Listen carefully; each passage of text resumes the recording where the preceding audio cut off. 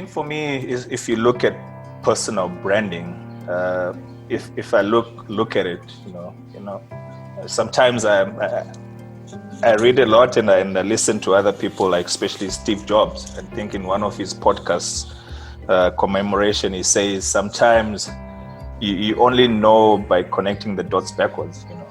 You can't like really connect the dots going forward. So sometimes I'm really starting to find more stuff about myself I never realized back then. But I think what was important for me for personal branding was firstly understanding yourself. Personal brands really comes within you. Like, how do you express yourself? What are your interests? What are you good at? So when I was thrust into the wine industry, I realized I wasn't strong in general wine knowledge. But I was good at communicating wine. I was good at interpreting wine. I was good at understanding wine and deciphering to a guest. So I kind of thought, okay, so this is my strength point. I'm not going to really concentrate on what yeast is this, what soil is this. I concentrated on more of how I can articulate myself, how I can engage with guests in the restaurant. And obviously I knew I had to look good to feel good. So for me, I think appearance was really vital, that I had to look the part, and realizing that you can have all the information, know everything, but if you can't engage, with the customer or whoever you're talking with, there's no focal point. So for me, it was understanding myself, that this is what I'm good at, and I should really focus on that. I should communicate more, and I should polish my skills to understanding that. And obviously, personal appearance mattered to me more.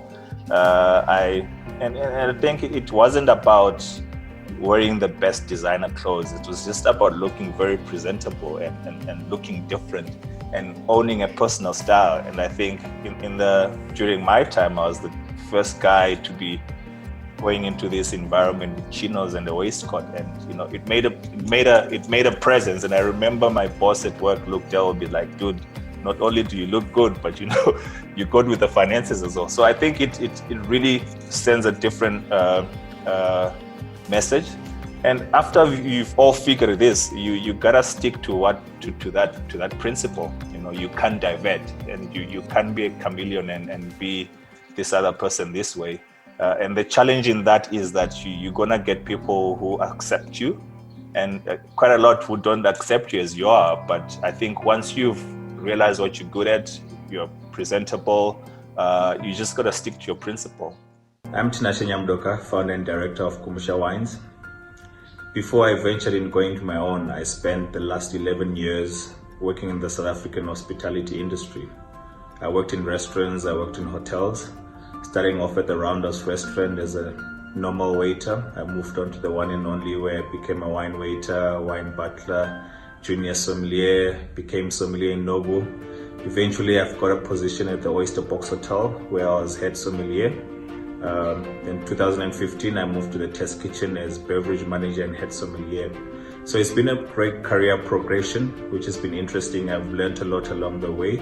It's been important for me to document as I go along the line, because I have a strong desire to make an impact in the world and leave a lasting legacy. To do that, I know I have to be successful. And success comes with personal development and career growth in order to make such fulfillments. This course is a culmination of years of experience, knowledge and expertise that I gained working in the hospitality industry. I clearly outlined the set of skills that I used in order to develop myself. I look forward to seeing you developing your career and your personal growth.